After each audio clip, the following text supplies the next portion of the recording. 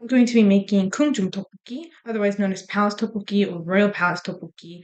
Kungjung means palace in Korean, and tteokbokki is, of course, tteokbokki. Tok is rice cakes, um, and the traditional tteokbokki is a rice cake dish with, or I shouldn't say the traditional, this is the traditional tteokbokki. The modern tteokbokki is a tok or a rice cake in red sauce, which is made with koju peppers. And koju peppers are actually not used in Korean cooking in the time of palace cooking. So kunjung tteokbokki is red pepper free for anyone who doesn't like spicy food. And kunjung tteokbokki has been related to japchae, if anyone's ever heard of japchae, because similarly it's a stir fry with all the same sorts of vegetables. The ingredients in 궁중 떡볶이 are, of course, tok or rice cakes. In 궁중 떡볶이, they can be used in the long cylinder form or they can be used in the oval form.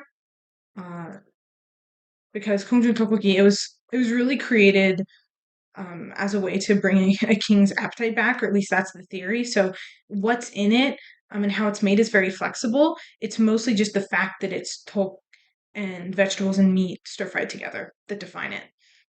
The meat is generally, since it was, a palace, it was fancy stuff, thinly sliced beef.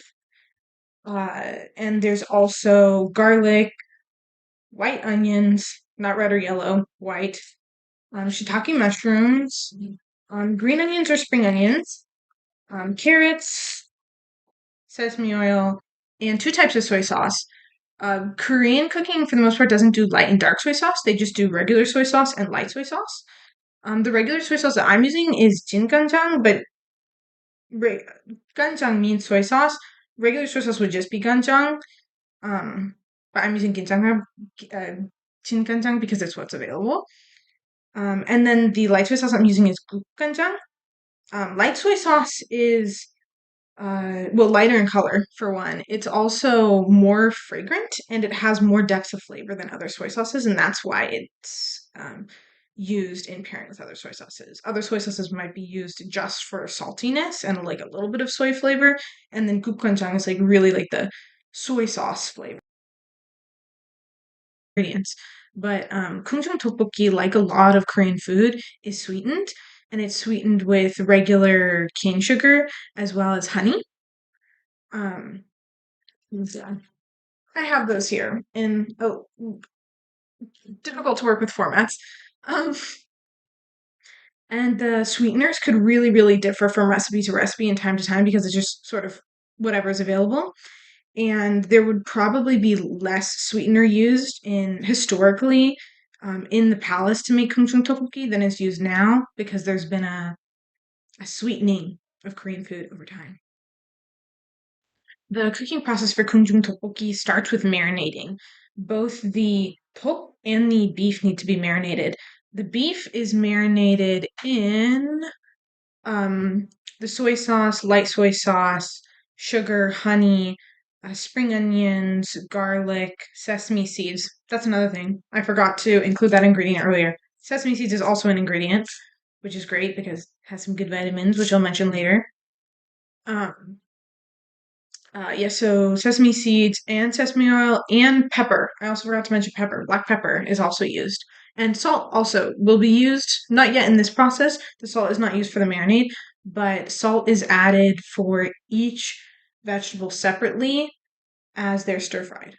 Which is another note to add, which is that in Korean cooking, which differs really significantly from Chinese cooking in this way, each aspect of a stir fry or each aspect of something that's cooked is cooked separately and then added together.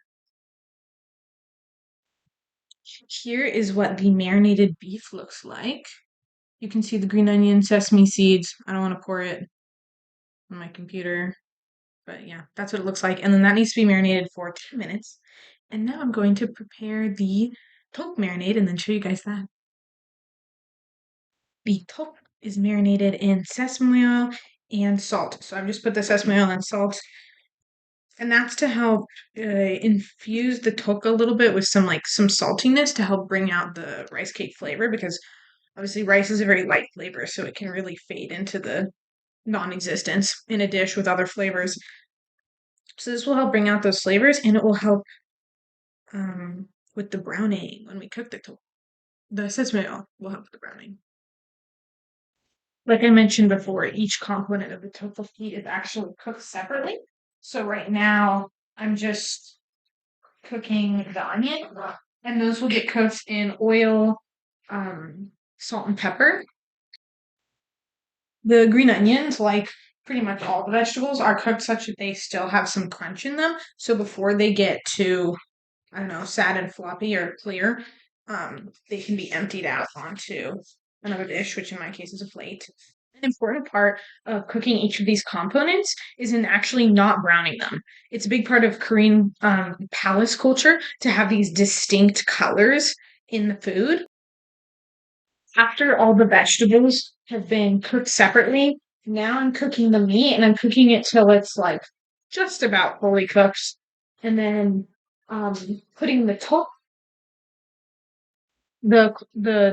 and the meat are cooking now, and the tok gets cooked until it's just a little bit soft. The tok and the beef are finished cooking. I am turning off the heat and then adding back in all of our other vegetables and the sprigs of green onion and stirring that together and letting the residual heat um, bring it all together, but without heat on the stove. Here is the final form of the dish. It has just been plated and been garnished with sesame seeds. I'm not going to tip it any further. I know it's hard to see. Unfortunately, I have to use my computer camera because my phone has issues, so this is the best I can do. But this is what it looks like. It looks very nice, right? In terms of the nutrition of this dish, it's a good source of vitamin A, C, iron, and magnesium.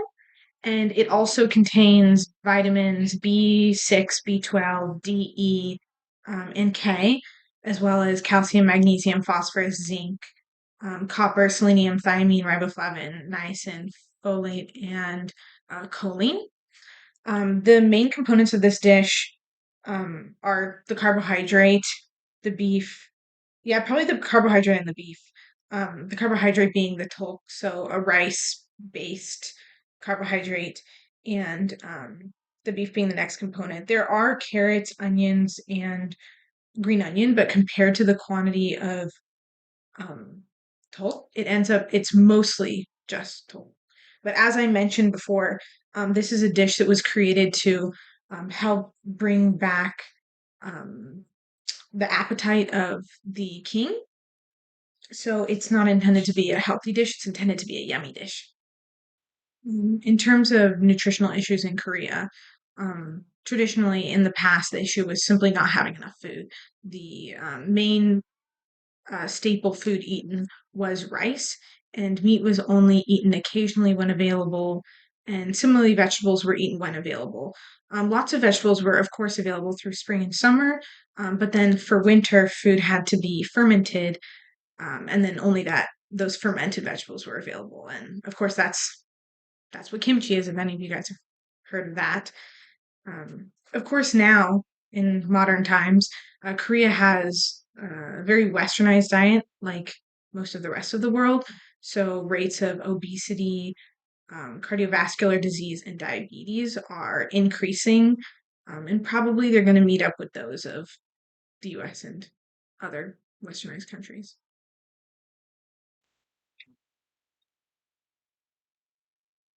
Good, very good. I browned the toast a little bit too much, but otherwise, very nice. Would would make again, would eat again, for sure. I've made this before as well. My recipe is from a friend, that when I studied abroad in Korea, I just happened to run into her, but she's actually a friend from elementary school, middle school, and high school. And she's Korean American, and her mom grew up in Korea and moved to the US. I think for college is when she moved to the US. But her mom has a lot of Korean cookbooks, and this is a recipe from one of those Korean cookbooks, and it's in Korean. And then her mom translated it, and my friend Mina, she formatted it and sent it to me so that I could make this. Or, well, actually, when the first time she gave me the recipe was we cooked it together because we wanted to learn how to make it.